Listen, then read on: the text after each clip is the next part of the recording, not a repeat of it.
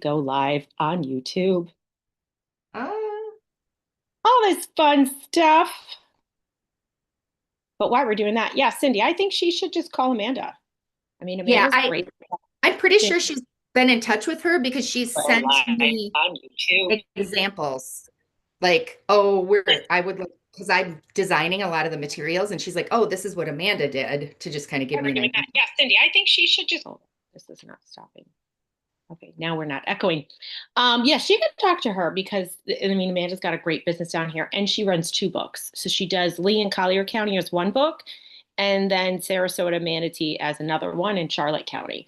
So she's got two seniors blue book, and that would be the best way to kind of structure that out and see how she could grow her book. I'm Hmm. just going to keep admitting some folks. We got 1 minute to go before we officially start. We always do like a little pre-time for those that join early. And today we are talking all fun things that are happening. Um, we do not allow note takers. Susanna, unfortunately, AI note takers so that you don't have to show up. You could just have your note takers show up. So, welcome to our morning call. My name is Felicia Saraceno. I am one of your coaches here at Productive Aging Collective. And what we are is we are a group of collective agents that work in the senior niche real estate industry. But my background, for those of you who may not know who I am a former executive director here in the state of Florida and then also in Connecticut. So I have a strong background. I've moved over, gosh, I think I'm up to 367 seniors. Yep, I keep track and have seen a lot of fun stuff.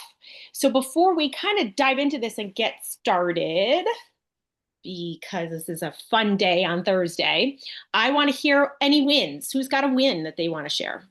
Don't be shy. No way we start off with a win. Cindy's got a win. We were talking about it earlier.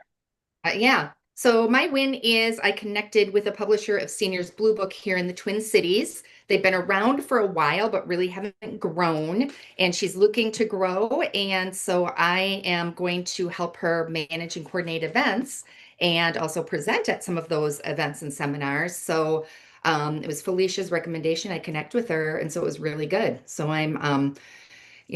we've typically have between 15 and 25 people at each of the events. So I'm meeting new people and building my database and reaching out. And they are all so grateful. They are just thrilled to suck in all of this information. So it's been a great experience. That's awesome. That's awesome. Yes, I am a seniors blue book advertiser. I have been for many years, ever since moving out of being in a senior living community. And then also, sorry, I'm just trying to let some other folks in.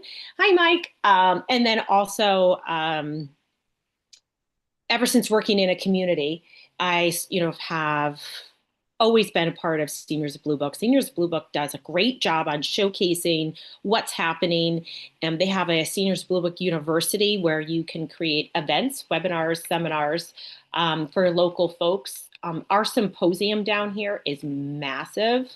I know our publisher does a really great job and she sets the standard for the whole nation. Our symposium last year had 750 seniors that attended.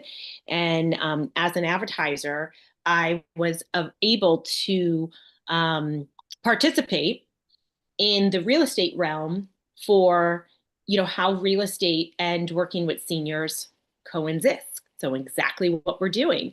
And I was able to have my vendor table there and I was able to speak on the panel, which was huge. And so you really get showcased as that authority. And that is what we're all looking for. We're looking to elevate ourselves with that education. I always come from an education mindset.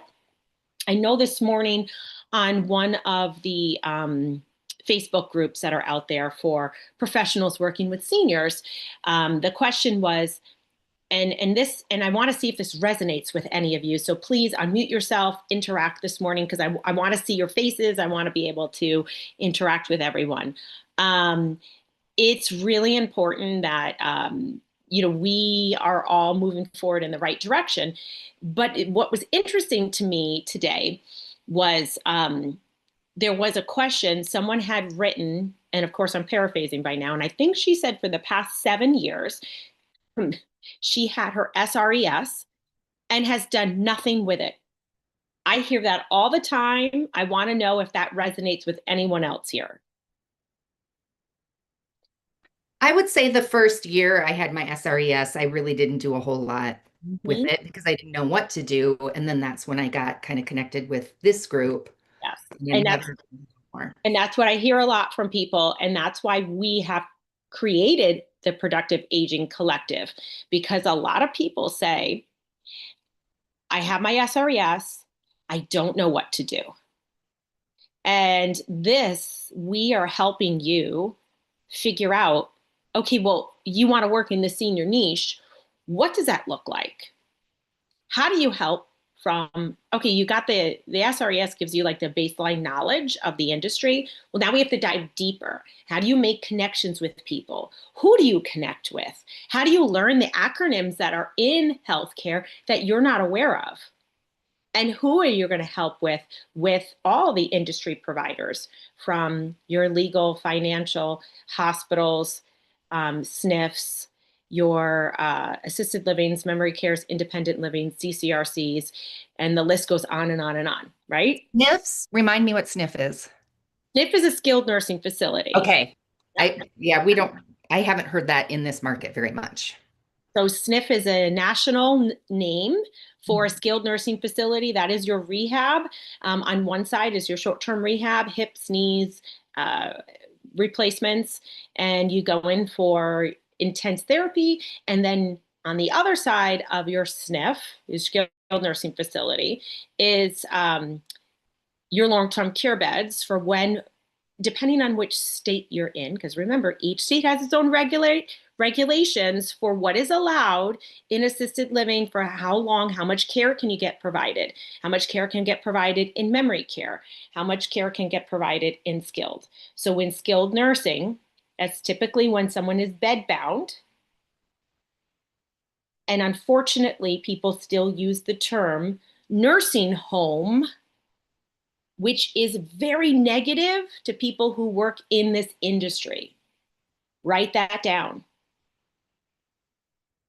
A geriatric care manager, a case manager at the hospital, in assisted living, it's like nails down a chalkboard for us.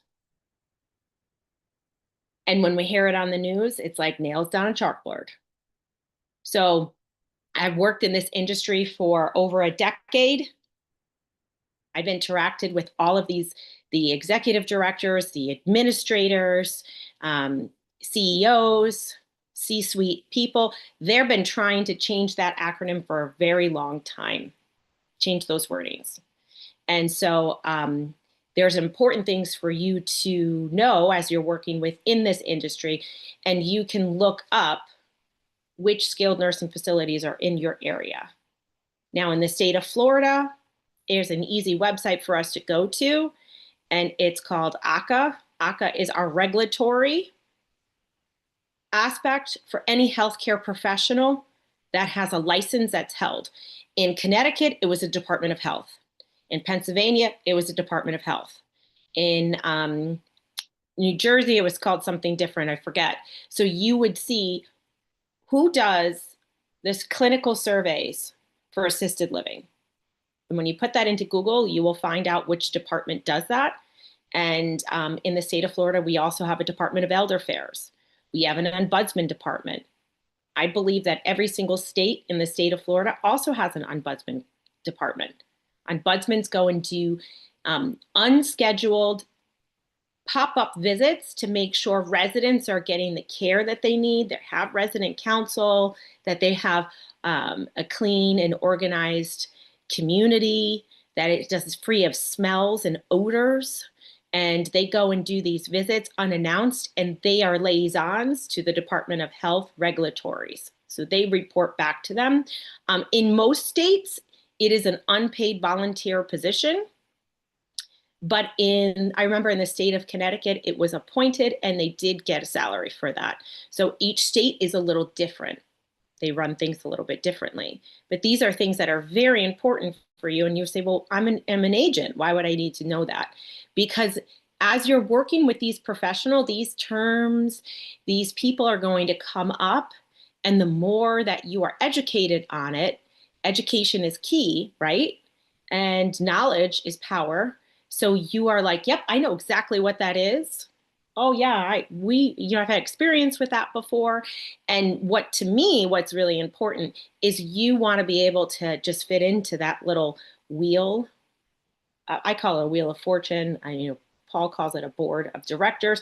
You know, excuse me. You want to be able to fit into that to say, yep, I'm part of this process for my clients.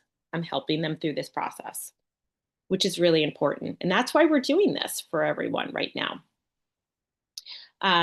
So anyone else have any wins that have happened for the day to share?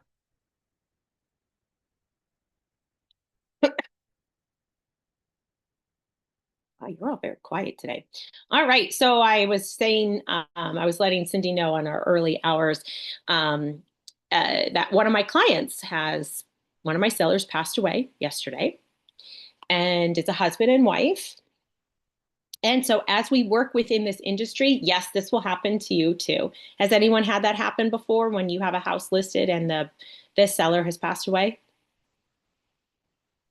Okay, so No, no, but I have been in the early conversations and I didn't have it listed yet and they passed away. And so that kind of, slowed the Mhm. process down. It does. It does. And so when you are in a contract with them, when you have a listing, what would you do? What would be the first thing that you would do to help the family understand the listing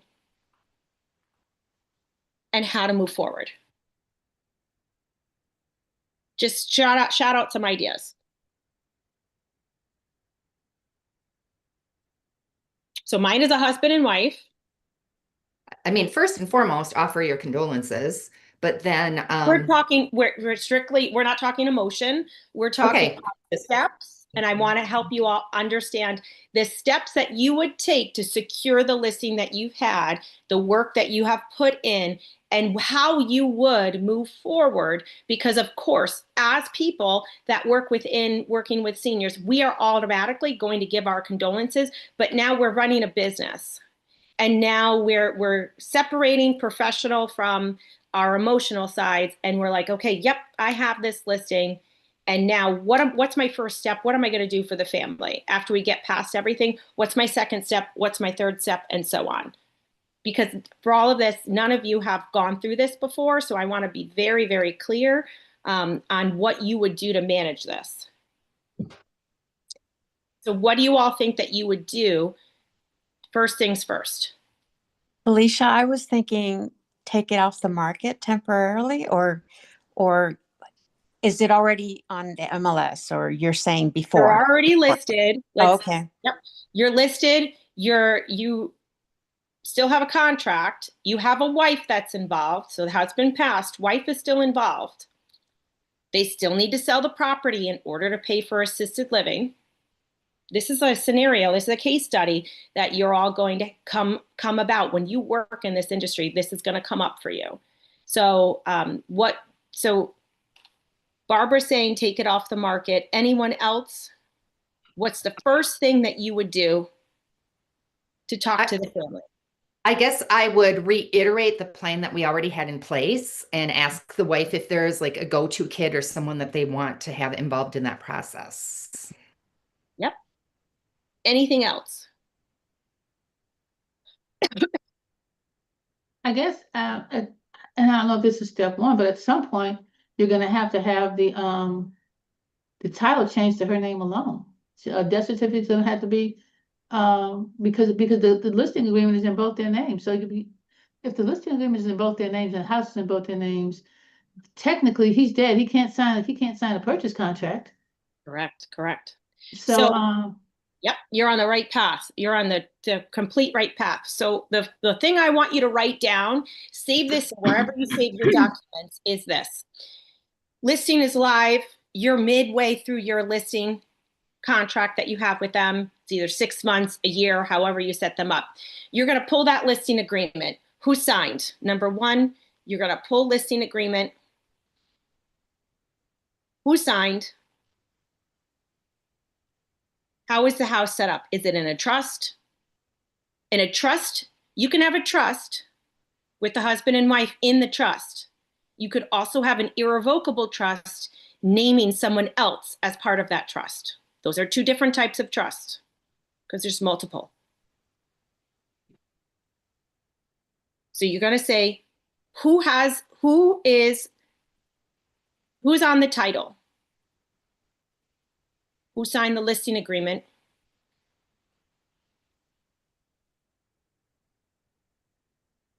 And for right now, power of attorney is out the window. Remember, when someone passes, it's the executor. So it's important for you to know what this looks like. Now, in my case, I have an irrevocable trust naming a daughter. But on the irrevocable trust, it's the husband, wife, and daughter. So I got 3 people on this. So my contract is still valid. And that's something that you need to make sure. And if you're unsure, your title company or your attorney that you use, your closing attorney, should help you review some of these documents. You're also going to need a copy of their trust, if they have one, whatever type of trust it is, because you're going to need that for closing. And then the title company would work with the family on the death certificate if needed, because that's really just a clerical thing that they need to update. But when you have a spouse, the spouse can still carry on that listing for you. It's not null and void. If it was just one seller and it was just in that seller's name, no trust, your contract, your listing agreement is null and void. So I want you to write that down. Okay, can I just clarify? So if on the listing agreement, there were both the husband and the wife that were on the listing agreement, the husband passes, that is still a valid contract then? In my state, it is. Now you have to check in your state because it is a joint deed between husband and wife. So typically with that, it doesn't matter what their will says. This is still like, we're talking the legalities for how the property is structured on the appraiser's office. So right now, you're like, okay, great. Husband passed, wife is there. I still have wife. But now you got to dig deeper. And so there's two things we're talking about. The listing agreement is still valid. The second part is how to, within escrow, how to transfer title, or how is that the second part? There's two parts. The second part, because there's 2 parts to this. Okay. Now, in the state of Florida, one of the ways to avoid probate, because everybody goes through probate in the state of Florida, unless you have 3 different factors. But the first factor is unless you have a trust. I have a trust. Don't have to worry about probate. Another one is there's a ladybird deed as well, which is something different for our state that we have. And you would have to see how that deed is structured. So always consult with your title company that has an attorney. This morning, I was on the phone with my attorney's office, and I use the attorney who actually writes all of my MLS documents for our board. Who better to use, right? Who else who's going to help you? And that's the thing is, as you're finding vendors, you need to find the vendor who's going to work best for you. Me, I kind of want the guy who writes all of our contracts for us as my closing attorney, because I know I'm going to get the most accurate information. So you're going to want to make sure that you have a copy of their trust, because the attorney is going to ask for that. They're going to need that for closing. So while they're going through all of this, These are things that you're going to write down. But the first question that you're going to speak to for who the executor of the will is, in this case, is the same person who was on their irrevocable trust. And you're going to say, what do you want to do with the property?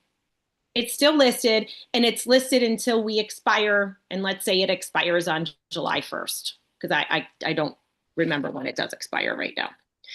And they're going to say, well, we're going to keep it listed right now. So if they say we're going to keep it listed right now, perfect, great, we're moving forward. If they say, you know what, we're going to hold on to it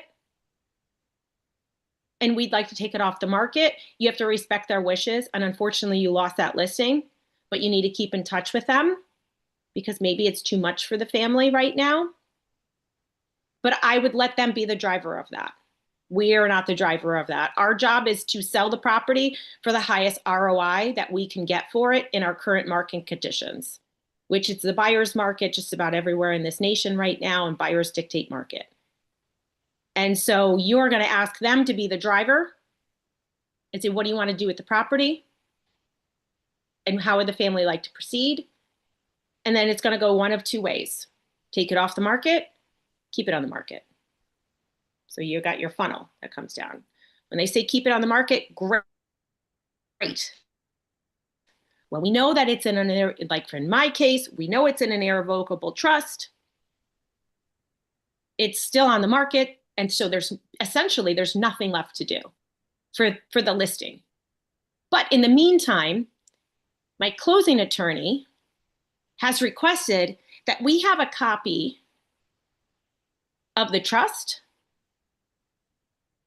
And when the death certificate comes in, can you scan over a copy for us?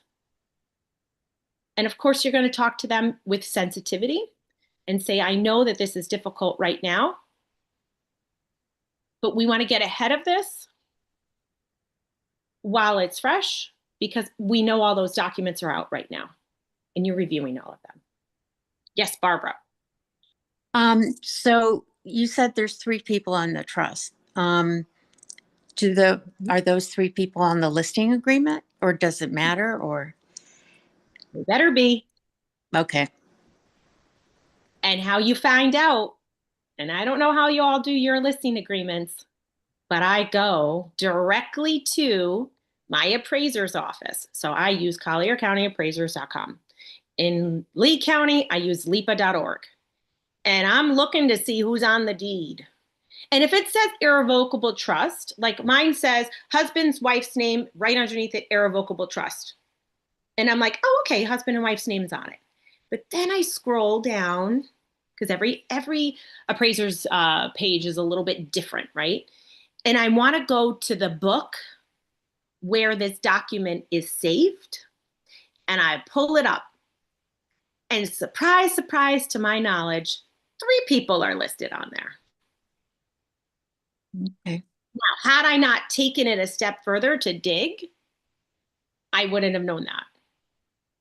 And that's a common mistake made by agents because sometimes a county will only name the first 2 people and they won't dig down deeper. You know, they're not going to put like there's 4 people on the trust, and it depends on your how your appraiser's office is set. So just like my advice is just scroll down to where you always have that hyperlink to where it's saved in the book, and the book will open up and that irrevocable trust will come up. And mine was signed on May 21st, 2021. And I see everyone who signed for that and how it was recorded for the county's office for the deed. Yeah. Because that was the piece that the attorney asked me.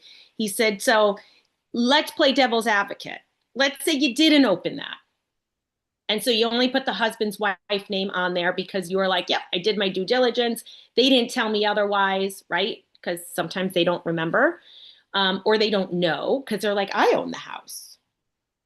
My daughter doesn't own the house with me because that's a normal a normal thing to assume.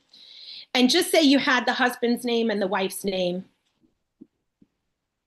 and you didn't have the daughter on there because she was named as the irrevocable trust in her name. Well, all you have to do is decide, are we moving forward with the property or not? And you would then go to your broker and say, how would you like me to proceed? I didn't have the daughter's name on there. After further information, we found out the daughter's name is on there. Now, what my attorney said today, your broker would probably want you to terminate that listing agreement and now create a new listing agreement with the daughter and the wife on there. Mhm. So don't freak out if this happens to you. Don't panic. There's ways around it, right? So that you could ensure that you're still helping your client in the correct way.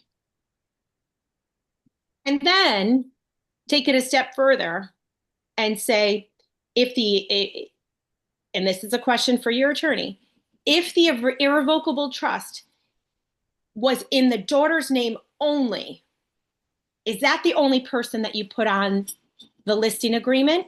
Mm. Or would they prefer all the names on there? This is what your attorneys are there for, because every single state is different. We all follow just about the same guidelines, and we all know, even MLSs. Barbara, you're in Florida. Mike, you're in Florida right now. But Bobby, you're in Florida. Every MLS has all these little nuances. I'm down in the Naples MLS. We got a whole set of forms that we have to use. We can't even use the Florida forms. We have to use the Naples forms. So there's a lot of different nuances within this industry. They don't make it easy. Mhm. Now, when I was in the state of Connecticut, there was one MLS, one forms of everything. For And the in whole state? Florida, yeah. And then in Florida, there was, this was a long time ago. It could have changed by now. But in Florida, how many MLSs are there? I think like 15, maybe 20. And it's crazy. There's an MLS everywhere. And then there's Stellar that takes like 20 of them. No, I was just saying maybe 10 of them and puts them all together in one. And in Washington State, we have mostly one MLS. It's the Northwest MLS. There's a couple of little small ones on Eastern Washington and out on the peninsula.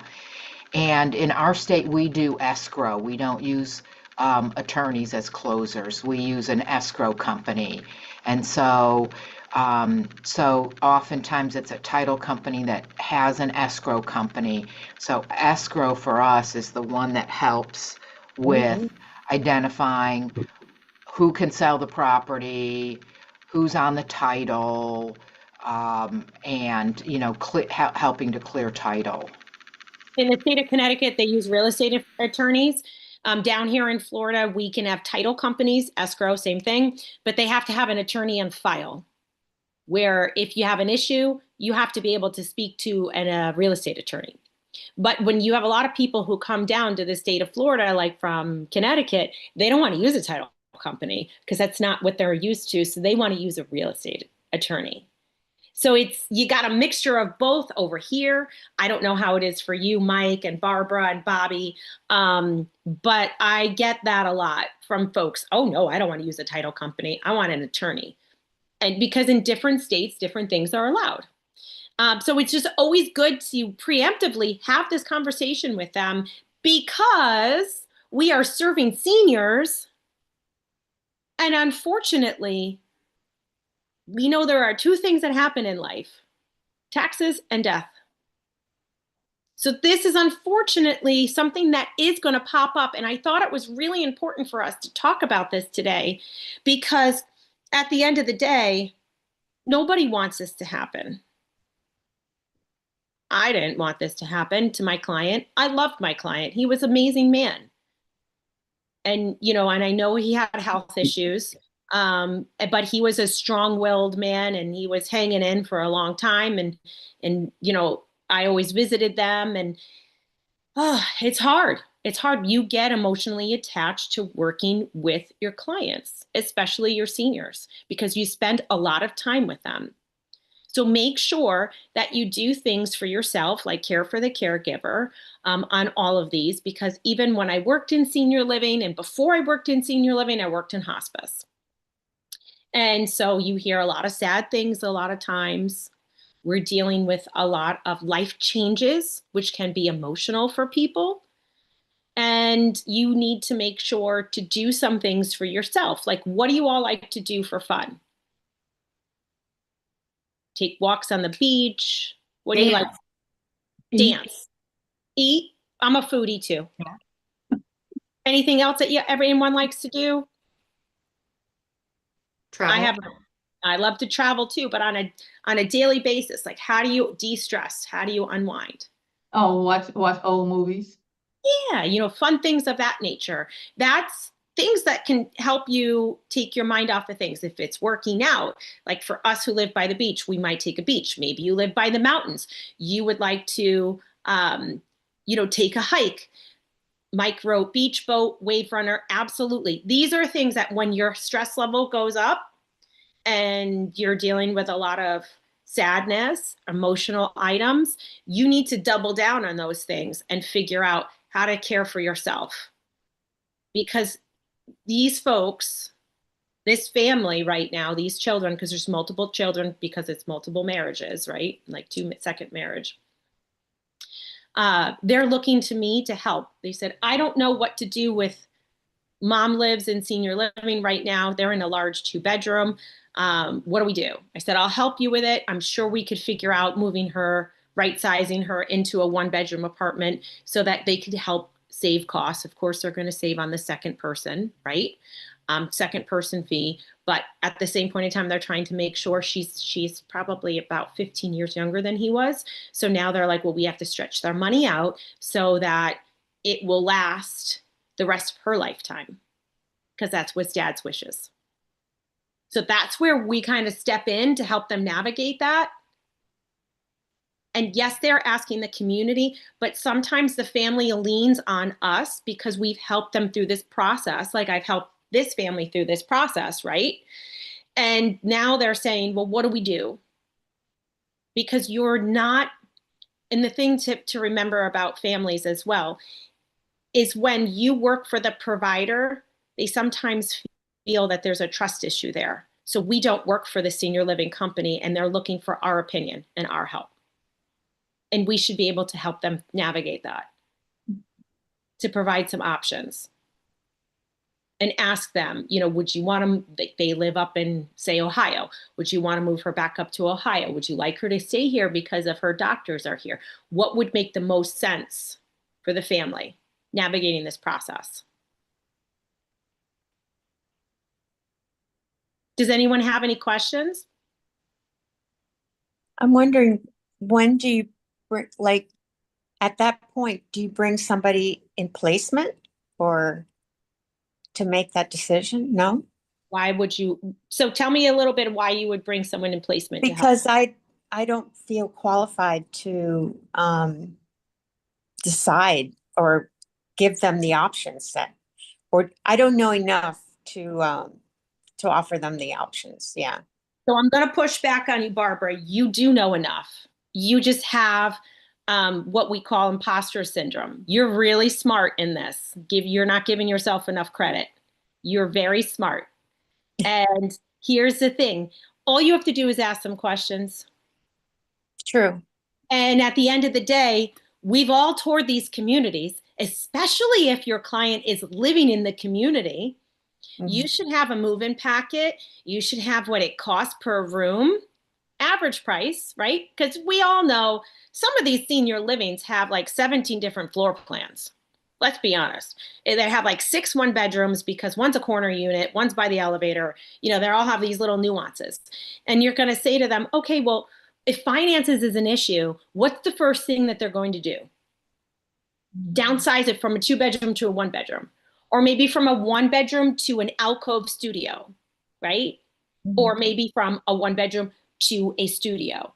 So that it's like when you live in senior living, and I remember as being a sales director in senior living, I used to have a board that had all the rooms on them, and I had Post-it notes with everyone's name on each room, and it was like a jigsaw puzzle. And and I would know exactly, like, blue was for couples and pink was for women and green was for men, whatever the case was. And I was like, okay, boom, boom, boom, boom, I can move this. Well, this corner has a lot of men, so I'm going to make sure to move, Barry, who just lost his wife, with all the guys in this corner because they hang out and play poker late at night.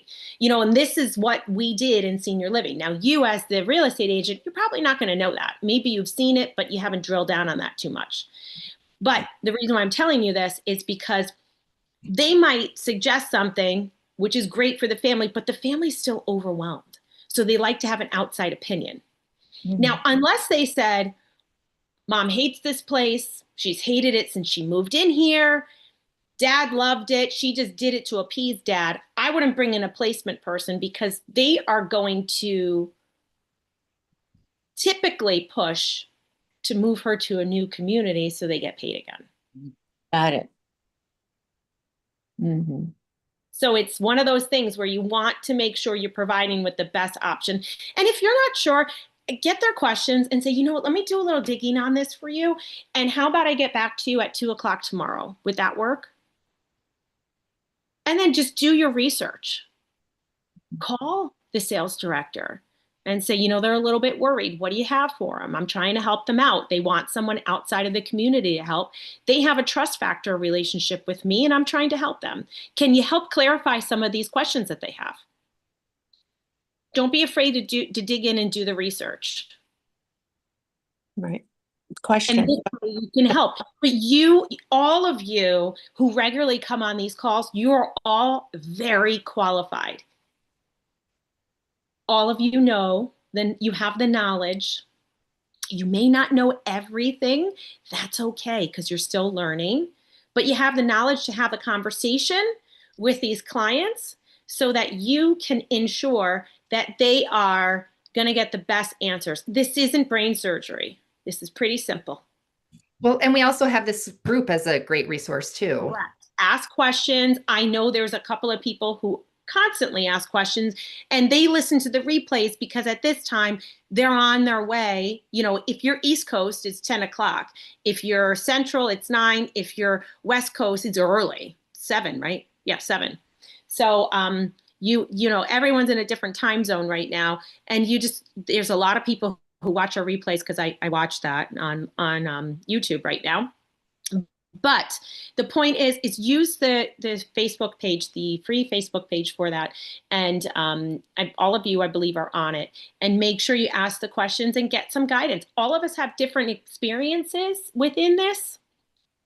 And I'm bringing this up because this is going to happen. Just a fact of life. So, did you find this helpful today?